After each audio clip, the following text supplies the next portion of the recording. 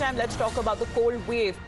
Because after a few days that it felt that the temperature seems to be rising, but light rains that happened the previous evening has further dipped the temperatures. And according to the IMD, till at least the 28th of January, North India may not feel much respite from the cold wave. And because of the cold wave, there is dense fog as well in Delhi and adjoining areas. And because of the dense fog, there is very less visibility, especially when it comes to the vehicular traffic, when it comes to air and also rail. Let me go across to Tejshri now. Tejshri, आज सुबह काफी ठंड थी, है अभी भी अगर माना जाए, क्योंकि थोड़ी टाइम पहले हल्की बारिश भी हुई थी और उसके बताया जा रहा है कि जहां तक टेम्परेचर है उसमें गिरावट रिकॉर्ड की गई और उसकी वजह से फ्लाइट ऑपरेशंस और रेल ट्रैफिक में भी असर पड़ा है।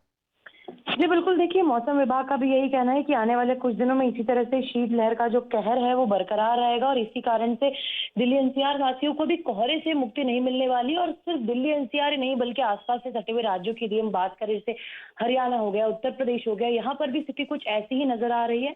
और मौसम विभाग का साफ कहना है कि तापमान में गिरावट हुई है और इसीलिए इस कारण से कोहरा भी बना हुआ है और यही कारण है जिस वजह से फ्लाइट जो है वो भी कैंसिल हो रही है।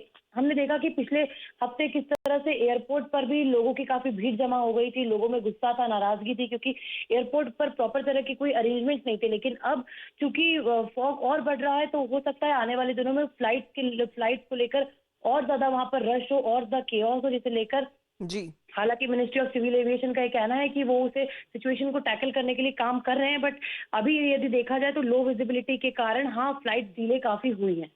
चलिए अपडेट लाते रहेगा हमारे पास तेजश्री, क्योंकि अभी मिनिमम तापमान जो है वो भी बताया जा रहा है कि 60 डिग्री तक जा सकता है। लेकिन जो शीतलहर है जो पूरे नॉर्थ इंडिया में इंपैक्ट कर रही है और बताया जा रहा है आईएमडी की तरफ से कि ये ऐसा चलता रहेगा 28 जनवरी तक तो कम से कम।